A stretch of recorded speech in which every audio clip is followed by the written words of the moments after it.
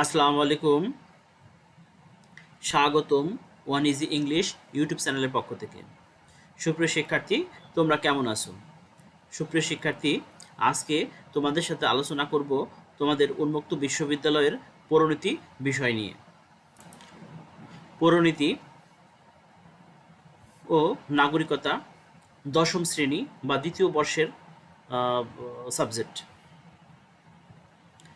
আজকে আলোচনা করব 2 নং অ্যাসাইনমেন্ট নিয়ে।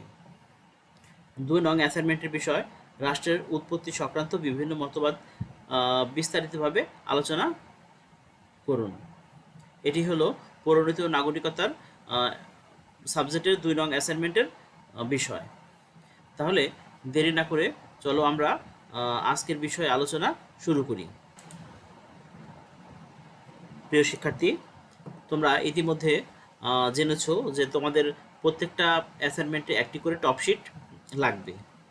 তো যেহেতু প্রথম ভিডিওতে আমি টপশিটের কথা আলোচনা করেছি, তোমরা নিশ্চয়ই বুঝতে পারছো, তাই এই ভিডিওতে টপশিট আর না এনে আমি সরাসরি আলোচনা করছি। পাতা নং 1, অ্যাসাইনমেন্ট নং 2। অ্যাসাইনমেন্টের বিষয়টা ছিল রাষ্ট্রের উৎপত্তি সংক্রান্ত বিভিন্ন মতবাদ বিস্তারিত আলোচনা করো। এখান থেকে মূলত অ্যাসাইনমেন্টের উত্তরটা শুরু হচ্ছে।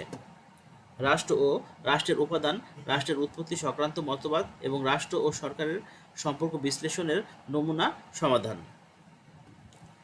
এখান থেকে মূলত উত্তরটা শুরু হবে। প্রথমে রাষ্ট্র। রাষ্ট্র একটি রাজনৈতিক প্রতিষ্ঠান। বিশ্বের মানুষ কোনো না কোনো রাষ্ট্রে বসবাস করে। আমাদের এই পৃথিবীতে ছোট বড় মিলিয়ে প্রায় 200টি রাষ্ট্র আছে। প্রতিটি রাষ্ট্রেরই আছে নির্দিষ্ট ভূখণ্ড এবং জনসংখ্যা। এছাড়া রাষ্ট্র পরিচালনার জন্য আরও আছে সরকার ও সার্বভৌমত্ব। মূলত এগুলো ছাড়া কোনো রাষ্ট্র গঠিত হতে পারে না। অধ্যাপক গার্নার বলেন, সুনির্দিষ্ট ভূখণ্ডে স্থায়ীভাবে বসবাসকারী সুসংগঠিত সরকারের প্রতি স্বভাবজাতভাবে আনুগত্যশীল বহিঃশত্রুর জনসমষ্টিকে রাষ্ট্র বলে।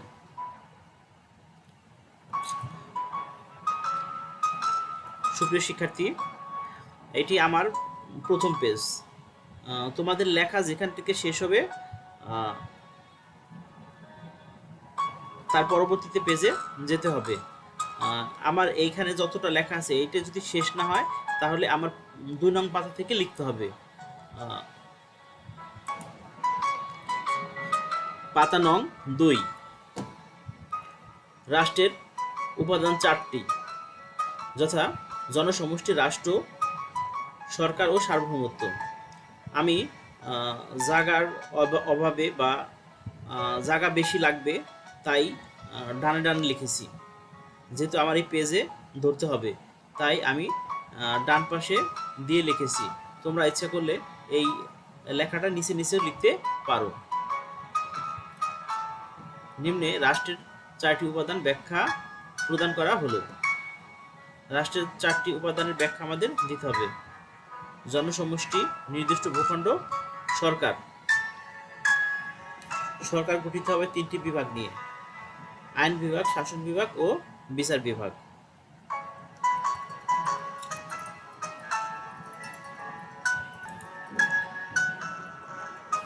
চার নংটি সার্বভৌমত্ব।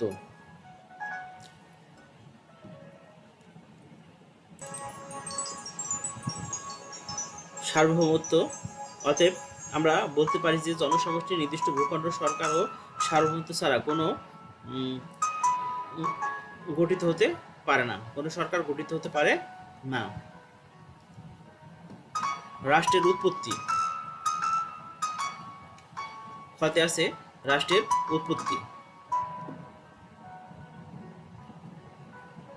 এটি ছিল পাতা নং 3।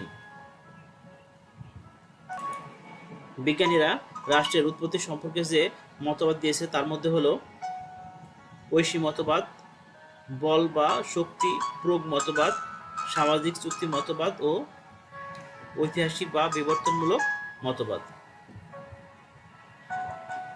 এখন আলোচনা করছি ঐশী মতবাদ।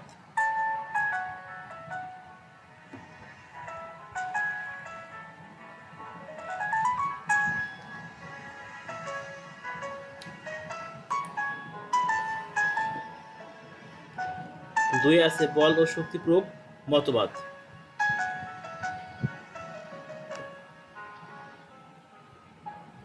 তিন আছে সামাজিক চুক্তি মতবাদ। চারে আছে ঐতিহাসিক বা বিবর্তনমূলক মতবাদ।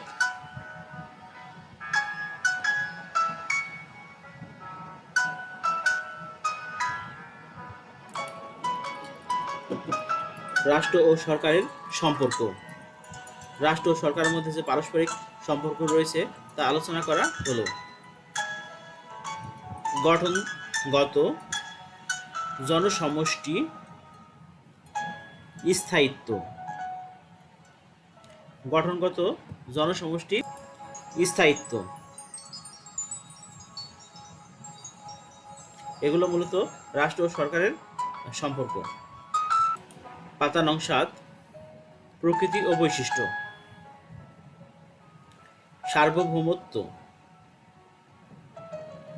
ধারণা, এগুলি হলো মূলত আজকের টপিকস। প্রিয় শিক্ষার্থীরা, তোমরা এই বিষয়গুলো সুন্দর করে লিখবে। সুপ্রিয় শিক্ষার্থী, আমার চ্যানেলটি যদি তোমাদের ভালো লাগে তবে আমার চ্যানেলটি অবশ্যই সাবস্ক্রাইব করবে ও পাশে থাকা বেলকনটি বাজিয়ে রাখবে পরবর্তী নোটিফিকেশন পাওয়ার জন্য। আজ বিদায় নিচ্ছি। আল্লাহ হাফেজ।